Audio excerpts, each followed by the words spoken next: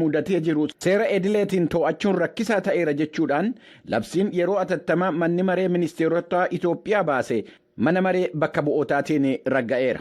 Manni marichaa yaa'ii guyyaa har'aa taasisen labsicha raggaasisuu isaa kan ibse gabaasni Kennedy Abaate labsiin kun ji'a ja'aaf akka turuuf miseensota 7 akka of keessaa qabu beeksiseera.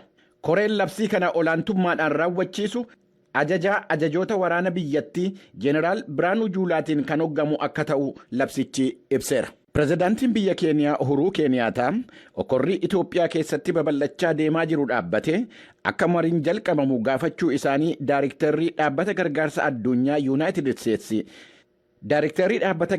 addunyaa Yuunaayitid Isteetsi USAID Samantaa Paawer fuula Tiwiitarii isaanii irratti ibsaniiru. Akka barreeffamni waajjira pirezidaantii Keeniyaa irraa bahe jedhutti hokkorri yeroo ammaa guutuu biyyattii keessatti babal'achaa deemaa jiru akka fala argatu hoggantoota biyyoottan Afrikaa, hoggantoota biyyoottan alaa adda addaa kan akka Yuunaayitid Isteetsi, Biriteen, Faransaayii fi gamtaa Awurooppaa waliin dubbachuu isaanii ibseera. Haalli deemaa jiru akka isaan jeeqe kan ibsan pirezidaantiin Keeniyaa lammiileen Itoophiyaa dhiiraa fi dubartiin fala karaa nagaa waloodhaan akka barbaadan gaafataniiru. Walitti dhukaasuun dhaabbate akka mariin jalqabamu kan gaafatan Keeniyaataan addunyaan Afrikaa fi biyyi isaanii Keeniyaan Itoophiyaa naga qabeetti arguu barbaadu. Guyyaan har'aa guyyaa adeemsi karaa nagaa itti jalqabamu ta'uu qaba. Hundi keenya yaalii lammiileen Itoophiyaa taasisan gargaaruudhaaf dhaabbannee jirraa jedha xalayaan Uhuruu Keeniyaataa mootummaadhaa fi uummata Itoophiyaatiif barreessan. Gabaasni Komishinii Mirga Namoomaa Addunyaa fi Komishinii Mirga Namoomaa Itoophiyaan waloodhaan dhiyeessan warreen walwaraansa keessatti qooda fudhatan hunduu seera mirga namaa, seera namoomaa fi seera baqattoota cabsuu isaanii Antooniyo Guterees hubachuu isaanii akka himan dubbi himaan mootummoota gamtoomanii Farihaan Haq ibsaniiru. Labsii yeroo atattamaa mootummaan Itoophiyaa gidduu kana baase dabalatee haalli amma biyyattii keessatti mul'achaa jiru haalli sarbiinsa mirga namoomaa akka dabalu kan taasisuudha jechuun isaanii ibsameera. Karaa biraatiin Antooniyo Guterees haala muddamaa yeroo ammaa Itoophiyaa keessa jiru laaffisuudhaaf akkaataa mareen taasifamu irratti muummee ministeeraa Itoophiyaa Abiyyi Ahmedii wajjiniin dubbachuu isaanii fuula Tiwiitarii isaanii irratti ibsaniiru. Walwaraansi dhaabbatee akka mariin taasifamu dhaabbanni isaanii akka fedhii qabu kan ibsan Guterees dhimma namootaan gargaarsa baraarsa lubbuu barbaadaniif haala mijeessuudhaaf itti gaafatamaan gargaarsa mootummoota gamtoomanii Maartin Giriifi haala Itoophiyaa daawwatan irratti muummee ministeeraa Itoophiyaa waliin haasa'uu isaanii ibsaniiru. Muummeen ministeeraa Itoophiyaa Abiyyi Ahmed sanbata dheengaddaa barreeffamni isaan maxxansan waan hokkoraaf nama kakaasu waan ta'eef seera dhaabichaa kan cabseedha jechuudhaan akka fuula isaarraa haqe dubbi himtuun dhaabbata feesbuukiin bulchu isa meettaa jedhamee dhiyeenya kana maqaa moggaafatee Emilii Kaahin himaniiru. Akka feesbuuk jedhetti barreeffamni Abiyyi Ahmed biyya keenyaa fi du'uun dirqama keenya mata duree jedhu jalatti lammiileen biyyattii meeshaa qabanii fi waan danda'an hundaanuu akka lolaaf qophaa'an waan waamicha taasisuuf akka ta'e Associated Press gabaaseera. Abiyyi Ahmed hordoftoota miiliyoonii 3 fi miiliyoonii walakkaa akka qaban kan ibsan dubbi himtuun dhaabbatichaa fuulli feesbuukii muummicha ministeeraa akka hin ugguramne himaniiru. Feesbuuk kanaan dura pirezidaantii Ameerikaa duraanii Doonaald Tiraampiin dabalatee fuula hangaa'ota siyaasaa adda addaa cufuu isaatii fi barreeffama isaanii akka haqee beeku gabaasameera. Dhimma eegumsa naannoo irratti yaanni pirezidaantiin Zimbabwee Emerson Mnangagwa dhiyeessan hordofuudhaan quuqamtoonni eegumsa naannoo biyyattii haarii isaanitti dhaga'ame ibsuun isaanii gabaasameera. Walgayii idilee addunyaa isa biyya Iskootlaand magaalaa Galaasgoo keessatti taasifamaa ture irratti pirezidaantiin Zimbabwee haasaa taasisaniin biyyoottan dinagdeedhaan guddatanii gaazii gubataa qilleensa irratti gadhiisuudhaan faalama qilleensaatiif ga'ee taphachuu isaanii ibsanii biyyoottan guddachaa jiran warreen akka Zimbabwee waan qilleensa gubataa kanaan hubamaniif beenyaa argachuu akka qabanu gaafatanii turan. Pirezidaant Emerson Mnangagwa biyyi isaanii eegumsa naannootiif akka dhaabbattu ibsaniyyuu lammiileen Zimbabwee garuu mootummaan Mnangagwa lafa biyyattii albuuda kasalaa baasuudhaaf oolu kaampaanii Chaayinaatiif kennaa jiraachuu isaa kaasuudhaan mormii dhiyeessanii jiru. Mootummaan Zimbabwee kaampaanota Chaayinaatiif eeyyama kennuun isaa mancaa'insa bosonaatii fi faalama qilleensaa waan uumuuf akka waliigalteen kaampaanota Chaayinaa waliin taasifame haqamuu gaafachaa jiru. Kun sagalee Ameerikaati. Manni murtii yakkaa addunyaa biyya Veenzuweelaa bulchiinsa pirezidaantii Nikolaas Maaduroo jala jirtu keessatti yakka dhala namoomaa irratti raawwatame qorachuu jalqabuu isaa ibseera. Abbaan alangaa mana murtii yakkaa addunyaa Karim Kahan erga daawwannaa guyyaa 3 magaala guddittii biyyattii Caracas keessatti taasisanii booda pirezidaant Nikolaas Maaduroo wajjiniin waliigaltee qorannoo geggeessuu isaan dandeessisu mallatteessuu isaanii ibsaniiru. Manni murtichaa dhaabbata mootummoota gamtoomaniitiin deeggaramu kun waliigalteen inni mootummaa Veenzuweelaa waliin taasise akka aanga'oonni biyyattii qorannoo taasifamuuf deemuu fi tumsa agarsiisan gaafata. Dhimma Veenzuweelaa irratti adda addummaan siyaasaa addunyaarra jiraachuu isaa akka beekan kan dubbatan abbaan alangaa mana murtichaa qaamni isaan bakka bu'an akka siyaasan hojjanne dubbataniiru. Waliigalteen mallatteeffame kun dhugaadhaaf haqa mootummaa Veenzuweelaa fi abbaa alangaa mana murtii addunyaa gidduu jiru qorachuudhaaf gargaara jedhaniiru pirezidaantiin Veenzuweelaa Nikolaas Maaduroo. Yommuu abbaan alangaa mana murtichaa Veenzuweelaa keessa turan mormitoonni mootummaa Nikolaas Maaduroo karaa irratti bahuudhaan akka mootummaa biyyattiitiin ijoolleewwan isaanii dhaban ibsaa akka turan gabaasameera. Qorannoon kun jalqabamuu isaatiin biyyi Veenzuweelaa akka biyyoottan Afrikaa warreen qorannoon mana murtii addunyaa irratti taasifamaa jirutti dabalaa jedhameera. Veenzuweelaan biyyoottan Ameerikaa kibbaa keessatti argamu keessaa tokko ta'uun ishee hin beekama. Hordoftoota keenya oduun har'aaf qabnu kanuma qophiilee keenyaaf ani wajjiniin turtii gaarii.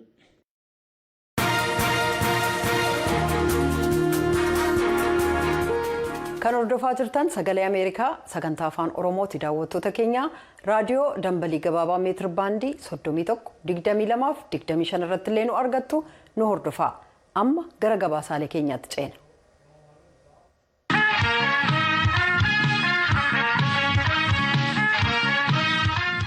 Gaanfa Afrikaatti jila addaa Yuunaayitid Isteetsi kataan Jeffrey Feltman innaa labsiin yeroo muddamaa Itoophiyaa keessatti labsamee jiruuf humnoonni riphxee loltootaa naannoo Tigraay irraa ta'an gara Finfinneetti qajeelaa jirra jedhanitti kamisa har'aaf jimaata borii daawwannaaf gara Itoophiyaatti imaluun isaanii ibsamee jira. Gabaasaa Sindiseen jaallannee dhiyeessa. Itoophiyaan waraanni ishee humnoota Eertiraa waliin ta'uudhaan bulchiisa naannoo Tigraay keessatti wal waraansa hamaa kan itti jalqabame waggaan tokko kamisa har'aa guutee jira. Yeroo ammaa humnootiin TPLF akka jedhanitti gara Finfinneetti qajeelaa kan jiran yoo ta'u ji'oota yookaan torbanneen keessatti seenuu mallaa jedhu. Muummichi ministeera Itoophiyaa Abiy Ahmed mootummaan isaanii akka injifatu dhaadatan. ትፈርስም ኢትዮጵያ ትበለጽጋለች ኢትዮጵያ የሚሞክሯትን ሁሉ በልጆቿ ደምና አጥንት አሸንፋ Itoophiyaan inkuftu badhaadhuuf jirti malee lafee fi dhiiga ijoollee isheetiin kanneen ishee qoran hundumaa injifachuun bara baraan jiraattii jedhaniiru. Finfinnee keessatti jiraattonni gaazexaalee dubbisu. Mootummaan labsii yeroo hatattamaa labsee yoo riphxee loltoonni Finfinnee seenan akka jiraattonni naannoo isaanii eeggatan waamicha dhiyeessan. Pireezidaantiin bulchiisa naannoo Tigraay Dr. Dabratsiyoon Gabra Mikaa'el akka jedhanitti የኃይል አምላኪዎች ግን ውጊያውን ለማስቀጠል ስለወሰኑ ያለን አማራጭ ጠላቶቻችንን በኃይል መደምሰስ ስለሆነ ነው ውጊያው የገባ ነው። ሰሞኑ ጠላት kanneen duula waraanaa jajjabeessan waraanatti fufuutti murteessan carraan qabnu tokkittiin diina keenya humnaan dhabamsiisuu waan ta'eef jecha gara duula waraanaatti seennee jedhan. Dubbi himaan ministirii dantaalaa Yuunaayitid Isteetsi Ned Piraayis paartileen wal waraansa keessatti hirmaatan marti dhaabanii lubbuu fi mirga lammiiwwaniif eegumsa akka godhan gaafataniiru. Ministirii dantaalaa Yuunaayitid Isteetsi gorsa imala gara Itoophiyaatti ta'u gara sadarkaa afuraffaatti ol buteera jedhan. What that means is we are advising U.S. citizens do not travel to Ethiopia. We are recommending that U.S. citizens in Ethiopia consider departing now using commercial. Kana jechuun lammiiwwan United States gara Itoophiyaatti hin imalinaa jechuudha. Lammiiwwan United States kanneen Itoophiyaa keessa jiran carraa idilee kan imaltootaa argameen amma ba'uu akka qaban gorsinaa jedhaniiru. Tokkummaa mootummootaatti aangawattii waa'ee mirga dhala namaa Michelle Bachelet akka jedhanitti walitti bu'iinsi waggaa guute kun akkaan hamaa akka ture dubbatan.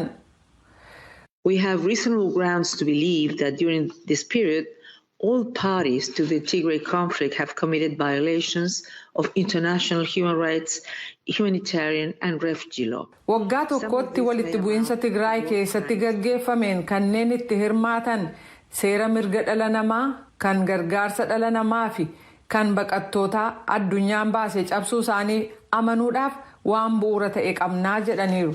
Isaan kana keessaa hangi tokko yakka waraanaa fi yakka dhala namaa irratti raawwatamuutti geessa. Siviilonni Tigraay keessaa hokkara hamaa fi rakkisaaf saaxilamaniiru jedhan. Gabaasni waajjira mirga dhala namaa kan tokkummaa mootummootaa fi koomishina mirga dhala namaa kan Itiyoophiyaan dhiyaate walitti bu'iinsa kana keessatti humnaan gudeeddiin hedduminaan gaggeeffamuu fi humnaan gudeeddiin gareen gaggeeffamu paartilee adda addaan dubartoota, shamarran akkasumas dhiirota gurguddoo fi ijoollee dhiiraa irratti gaggeeffamuusaa gadi fageenyaan gabaasee jira jedhaniiru.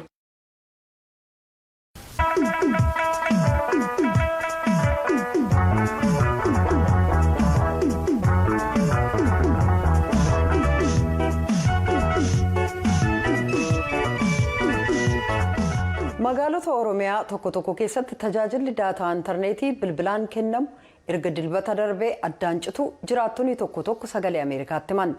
Gabaasaan keenya Ambootti argamu. Amboo keessatti tajaajilli intarneetii biroodbaandiif tajaajilli bilbilaa jiraachuu ibsee garuu tajaajilli daataa intarneetii ka bilbilaa akka hin jirre mirkaneeffadheerraa jechuudhaan gabaasee jira. Hoogganaan biiroo dhimmoota koominikeeshinii mootummaa naannoo Oromiyaa obbo Haayiluu Addunyaa immoo tajaajilli Itiyoo Telekoom hundinuu Oromiyaa keessatti jiraachuu quba qabnaa jedhan.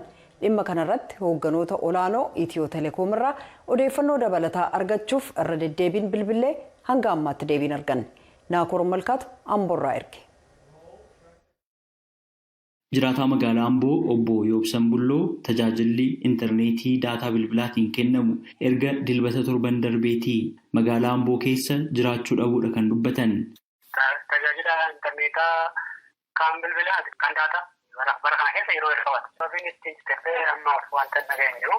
Magaalaa Amboo keessatti baatiiwwan muraasa dura kan jalqabame tajaajilli intarneetii saffisaa 4G yookaan dhaloota afuraffaa jedhamuun kan beekamu dabalatee tajaajiloonni intarneetii daataa bilbilaatiin kennaman kanneen biroo akka lakkoofsa Itoophiyaatti onkololeessa 21 jalqabee addaan cituu isaanii mirkaneeffachuu danda'een jira. Haa ta'u malee tajaajilli bilbilaa fi tajaajilli intarneetaa biroodbaandii magaalaa Amboo keessatti hojjetaa jiraachuu akkasuma mirkaneeffadheera. Dabalataanis bilbilaan jiraataa magaalaa Naqamtee ta'uu fi maqaan isaanii obbo Hiyyeessaa Tashooma jedhamu kan nutti himan tajaajilli intarneetii daataa bilbilaa magaalaa Naqamtee keessatti addaan cituu dubbatanii jiru. Erga gaafa sanbataadhaa kaasee konneekshiniin adda addaa magaalaa Naqamtee irraa badeera. Konneekshinii kan intarneetii, feesbuukii waan tokko namni ittiin hojii adda addaa hojjetu amma irraa citeetti jira. Bilbilli immoo fakkeenyaaf akka godina Horroo Guduruu Wallaggaa keessa naannoo firoonni keenya jiranii bilbillee argachuu hin dandeenyu. Jiraataa magaalaa Gimbii fi maqaan isaanii obbo Addaamuu Duulaa ta'uu kan dubbatan namni bilbilaan dubbisne biraas tajaajilli daataa intarneetii bilbilaan kennamu addaan cituu dubbatanii kanaan wal qabatee rakkoo isaanii fi namoota biroo irra ga'e jedhan ibsanii jiru. Kan waayifaa warra qaburraan kan hafe daataan badeera kan bilbilaa. Egaa waan inni irraa ka'ee bade hin beeknu 4G'n noormaalii itti fayyadama teekinooloojii tajaajila baay'ee saffisaa kennuudha. Inni baratu moobaayilii harka isaatiitti fayyadamee wantoota garaagaraa kan inni ittiin seerchi godhee googilii galee hojiiwwan garaagaraa ittiin hojjetu jira. Odeeffannoon feesbuukii ittiin namni walii sheer godhullee hedduutu jira. Biiroon keenya kan inni odeeffannoo nu dabarsu telegiraamii mataasaa qaba. Gabaasa achirraan erginaa fi wantoota akkasii irratti illee dhiibbaa uumeera jechuudha. Obbo Addaamuun itti dabaluunis yaaddoo rakkoo nageenyaa jiru wal qabatee tajaajila geejjibaa irratti rakkoon uumamu dubbatanii jiru. Gara oliitti illee konkolaataan deemaa hin jiru. Gara Naqamteetti jechuudha. Masmara Finfinneetti ol gadda cufaa ture. Kaleessa akka carraa ta'ee gadhiifamee ture. Gaarri Dambidoollootti gadi gullisoo ayiraa kanatti gadi deemuu hin danda'amu. Konkolaataa hedduutu baay'ee ayidil ta'e as keessaa buufatee jira Gimbii keessa. Karaa kanarratti eenyu akka dhorkuu hin galu beekta. Garuu konkolaataan hin deemu. Namni baay'ee miillaan deemee gara mana isaa barnootaatitti galaa jira. Fakkeenyaaf qormaanni kan barattoota kutaa 12ffaa dafinoo kaaseetti kennama. Qormaataaf qoruuf deeman kanallee gahuu dadhabuutu jira. Amma miilaan deemna jedhanii yeroo haasa'an barnagaa barsiisonni. Dhimma kanarratti kan gaafanne hoogganaan biiroo dhimmoota kominikeeshinii mootummaa naannoo Oromiyaa obbo Haayiluu Addunyaa tajaajilootni Itiyoo Telekoomiin kennaman addaan hin citne jechuun haalanii jiru. Kana ilaalchisee dhimma teeleedhaan wal qabataa sana isaanumti rakkoo maaliitii kan jedhu isaanumatu deebiitti kenna malee kaampaaniin sun dhaabbilee misoomaa mootummaati. Isaan of danda'anii socho'u naannoo sana soo gaafatanii deebii itti kennan isaan kennanii malee kanarratti kanadha illee teeknikaalii waan isaan mudateef akkamitti akka bade isaanii fi amma ammatti naannoo sana badu hin qabnu hojjechaa jiraachuu isaatti beekna. Obbo Haayiluun tajaajilli geejjibaa naannoo Oromiyaa keessatti addaan citee hin jiru jechuun itti dabaluun ibsanii jiru. Daandiin addaan cufame hin jiru. Sochiin hawaasummaa akkuma kanaan duraan itti fufee jiru ta'uu isaati malee daandiin addaan citee sochiin addaan citee sochiin hawaasaa addaan citee hin jiru. Kan gara Gaambeellaa deemus, kan gara Benishaangul deemus, kan gara Qeellam Wallaggaa deemus sochiin akkuma duriitti jira jechaadha. Wanti jiru darbee humni shoror keessaa shanee bosona keessaa innaa waan nyaatudha gadi bahee saamuun kun mul'ata jechaadha. Darbee nama jireenya idilee isaa jiraatu shoror keessitee saamtee fudhattee irraa baduurraan kan hafe sadarkaa kanatti sochii akkasiin qabdu. Qaamoleen mootummaan Abaawo Shanee jedhee waamu yookaan immoo isaan waraana bilisummaa Oromoo jedhanii of waaman sabaa himaalee garaagaraa irratti magaalota Oromiyaa tokko to'achuus akkasuma himaa jira. Kanarratti maal jettu? Magaalaan Oromiyaa qaama kan biraatiin to'atame yookaan immoo to'annoo mootummaan ala ta'e jira. Magaaladii fi gandi to'annoon isaan jala galchan tokko hin jiru. Soba adiidhaa jedhamu. Iddoowwan eeramanii fi kutaalee biyyattii kanneen biroo keessatti tajaajila intarneetii daataa bilbilaan kennamuuf tajaajiloota quunnamtii kanneen biroo irratti komii ka'an ilaalchisee odeeffannoo dabalataa akka nuuf kennaniif gara itti gaafatamtoota Itiyoo Telekoom naannoo lixaa fi giddugaleessa lixaatti irra deddeebiidhaan bilbillus ammaaf deebii argachuu hin dandeenye. Hojii adeemsistuun Itiyoo Telekoom aadde Firiyoot Taammiruu gama isaaniitiin walgahii ariifachiisaa irra jiraachuu dubbatanii bilbila isaanii kan cufan yommuu ta'u irra deddeebiidhaan bilbilee fi ergasiis bilbila nuun kaasne. Hangawoota tajaajila kominikeeshinii mootummaa yeroo dhiyootti waajjirri isaanii hojii eegale dhimma kanarratti akka deebii nuuf kennaniif irra deddeebiidhaan yaaliin isaan argachuudhaaf taasifne hin milkoofne. Yoo milkaa'ee qabannee dhiyaanna. Sagalee Ameerikaaf Naakoor Malkaa Amburraa.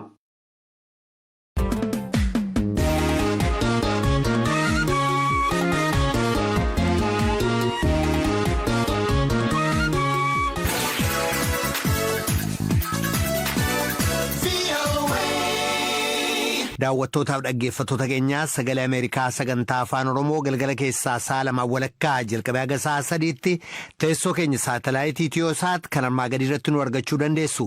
VOA Itoophiyaa Channel yookaan NSS Itiyoosaat Virtual Channel 57 degrees East irratti.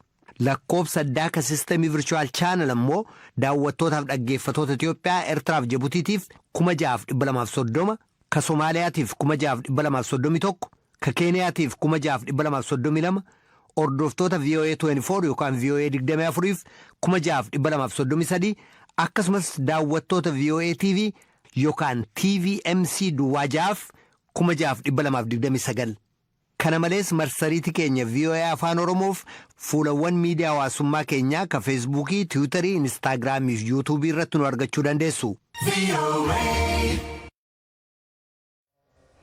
Hordoftoota keenya sagantaa keenya televiziyoona Itiyoosaatiif raadiyoodhaan nu caqasaa. Feesbuukii keenya VOA afaan Oromoo.com irratti nu argattu.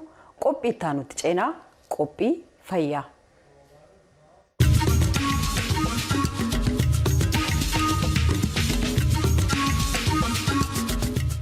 Dhukkuboonni onnee waliin wal qabatan as Yuunaayitid Isteetsi keessatti lubbuu namoota hedduu galaafachuun sadarkaa warra jalqabaa keessa jiru.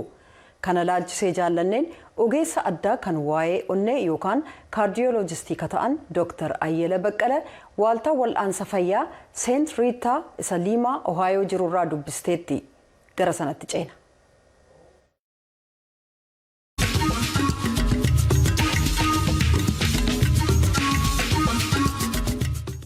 Dr. Ayyala Baqqala gaaffii keenyaaf deebii kennuuf dhiyaachuu keessaniif maqaa raadiyoo sagalee Ameerikaan hedduu galatoomaa. isinis carraa kana kennuu keessaniif galatooma. Egaa mariin keenya har'aa waa'ee onnee irratti fuulleeffata Dr. Ayyele. Dhukkubi onnee keessaa tokko heart attack yookiin immoo cardiac arrest waan jedhan jira. Cardiac arrestiin maalidha? Egaa dhukkubni onnee dhukkuba adda addaa baay'eetu jira. Dhukkubni onnee egaa heart attack cardiac arrestiin kuni dhukkuba onnee baay'ee keessaa isa tokko. Garuu heart attackiin egaa maalinni kifilii coronary artery disease jenna. Egaa inni hundeen isaa dhukkuba hidda dhiigarraa kan dhufe kan dhalate. Dhukkubni hidda dhiigaa bakka hunda jira. Onneen hidda dhiigaa saniin nafa keenyatti wal quunnameera akkuma jedhetti. Dhukkubni hiddi dhiigaa kun bakka hundatti dhukkuba hin mudataa. Hidda dhiigaatu dhibee godhataa jettan maayin dhibatamoo maayin? Egaa hidda dhiigaa kuni maal godhaa sababii adda addaatiin maal godhaa kolesteroolii yookaan immoo cooma yookaan immoo moora jechuus hin dandeessu isa cimmisata. Wanni isaarratti girgiddaa isaarratti isa cimmisa. Isa cimmiseeti ujummoo hidda dhiigaa san dhiphisa. Fakkeenyaaf amma hiddi dhiigaa kun demonstration kan osoo agarsiise kun egaa hiddi dhiigaa fayyaalessa jechaadha. Oggaa cimmifachaa deemu maal fidaa fakkeenyaaf laaluun akkatti kolesteroolii kana cimmisee ujummoo ishii kana dhiphisa. Dhiphachaa deemaa akka malee yoo dhiphate immoo hin agartaa kun asirratti dhiphatteeti gaammoo dhiigni suni karaa itti deemtu sirumaa amma dhabuu geessi jechaadha. Dhukkuba hidda dhiigaa bakka biraatti sin dhukkuba hiddi dhiigaa onnee immoo amma asirratti hin agartaa kun hidda dhiigaa onneedhaa dhiiga kennitu asirratti. Innaa tuni mataa ishiitiin dhukkubsachichaadha. Inni achirratti kunoo kolesterooliin achitti kuufame kuni tanarratti sin kuufama kunoo xinnoo tanarratti illee kuufama jechaadha. Oggaa kuufamee raawwatu asirratti cimifamee karaa dhiphisaa karaa oggaa dhiphisu dhiigni deemuu dadhabaa. Achi immoo dhumarratti hin baqaqxe xinnoo baqaqxe xis jetti. Achirratti oggaa xis jettu maal godha nafti keenya achirratti dhiiga iticha. Oggaa dhiiga itichu maal godhaa okaa hunduma ishii cufaa yookaan immoo gartokkeen cufa. Oggaa kana gaa an heart attackiin si mudatu yoo nagaa namni tasuma harka kee asirra godhattaa laphee si dhukkubaa laphee afuura si kutaa dafqa sirra kutaa laftillee si maruu ni danda'a yoos gaa mana yaalaa deemuun dirqiidha. Egaa inni kun hundumtuu ujummoon dhiigaa coomaan yookiin mooraan cufamuu isaarraa kan ka'edha jettan. Cufamuu sana maaltu fide? Cufamuu sanii kan saaxilu waa baay'ee jira. An kana fidu suni kaan nu waa tokko gochuuf hin dandeenya. Kaaniif immoo nu homaa gochuuf hin dandeenyu. Fakkeenyaaf umurii keenya homaa gochuu hin dandeenyu. Dhiirri kanaaf saaxilamaadha. Dhiirummaa keenya jijjiiruu hin dandeenyu. Sanyii maatirraa faamilii histirii jedhama.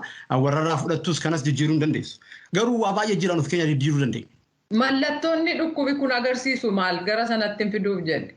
Taasuma mallattoo malee waa tokko mallattoo doon qabaatiin nama nagaa jiraattee tasuma mul'achuu hin danda'a. Inni ogaa dhufu maal inni chest pain jedhama maa inni laphee irratti laphee na dhukkuba jettaa dhukkubni isaa akka namni tokko sirra taa'ee yookaan immoo arbi sirra taa'ee yookaan immoo laphee irratti si guduuffee yookaan immoo namni tokko si micciiree laphee irratti innaa laphee irratti namni tokko si dhiibee milikin isaa kan kana hundumaa yookaan waan tokko keessaa kana mudachuu ni dandeessaa. Achi immoo hafuura si kutaa dafqi sirra citaa innaa ni dadhabdaa egaa yoos daftee yaalamuudha. Garuu duraan dursee nama irra jiraa irratti immoo maal mul'isaa coronary artery disease maal inni dhukkuba hidda dhiigaa fuulduratti cufuudhaa deemu. Adeemsa akkasiirra han jiru maal sitti mul'isaa oggaa deemtu hin dadhabdaan dur hin qabaanne. Oggaa deemtu laphee si dhukkuba oggaa dhaabbatte immoo si dhiisa. Oggaa dheebbu laphee kee si rukuta oggaa dhaabde immoo si dhiisa. Innaa kan kana waa agarte tuffattee dhiisu sirra hin jiru daftee deemtee yaalamus hin dandeessaa yoo daftee deemtee yaalamte heart attack yookaan immoo dhaama onnee kana ofirraa ittisuu hin dandeessa jechaadha dafteetu qoricha fudhattee qoricha argattee jechaadha. Egaa kana hundumaa hambisuu fi nyaata keessaa kan lagatan jira. Tokkoffaan murteessadha. murteessudha. Ani umurii kiyya nan dheeressaa kolesteroolii dhiiga kiyyarratti akkatti wanni godhee cimmiseetoo hin du'u jettee murteessadha. Isa waan nan murteessadha. Beekumsaa miti. Beekuun tokko achi immoo yaada kee jijjiirtee wanna kana na barbaachisa nan murteessa nan godha jettee ofii murteessitee achi immoo hojiitti oolchudha. Kan nama baay'ee beekaa kana fidu. Garuu rakkinni isaa namni murteessee waan kana sirriitti hubatee gochuudhaan hin deemu. Isa waan nan murteessadha tokko. Lammaffaa dhukkuba qabaa moo hin qabu jettee laalamu sirra jira. Sukkaara qabdaa, dhiibbaa dhiigaa qabdaa, kolesteroolii qabdaa kana laalamu sirra jira. Laalamtee yoo jiraate akkamamu sirra jira. Kana immoo fuuldratti ittisuudhaaf. Maaliif kun suuta jedhee kan cimifamu. Waggaa 20 jammartee kolesteroolii kee cheekuuf gochuu sirra jira.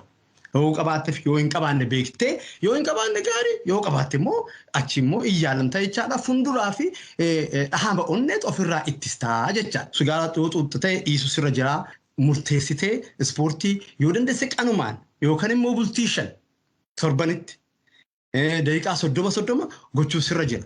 Qaama nafa keetii salphistee qal'attee jiraachuu sirra jira. Akka Oromoo faarsu Oromoon qallina faarsa.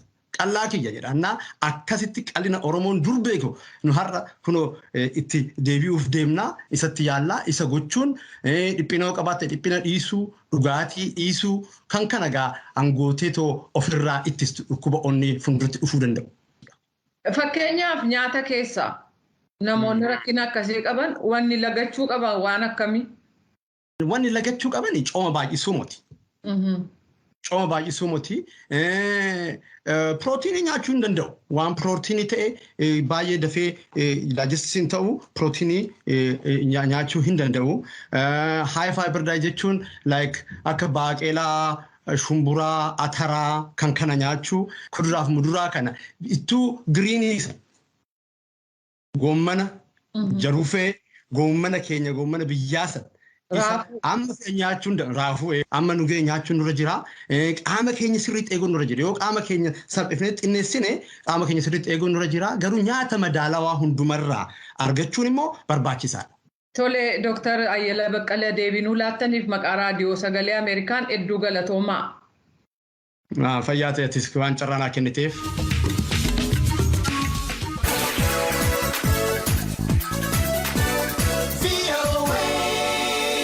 Daawwattootaaf dhaggeeffattoota keenyaa sagalee Ameerikaa sagantaa afaan Oromoo galgala keessaa sa'a 2:00 jalqabee haga sa'a 3tti teessoo keenya saatalaayitii Itiyoosaat kan armaa gadii irratti nu argachuu dandeessu. VOA Itoophiyaa chaanel yookaan NSS Itiyoosaat Virtual Channel 57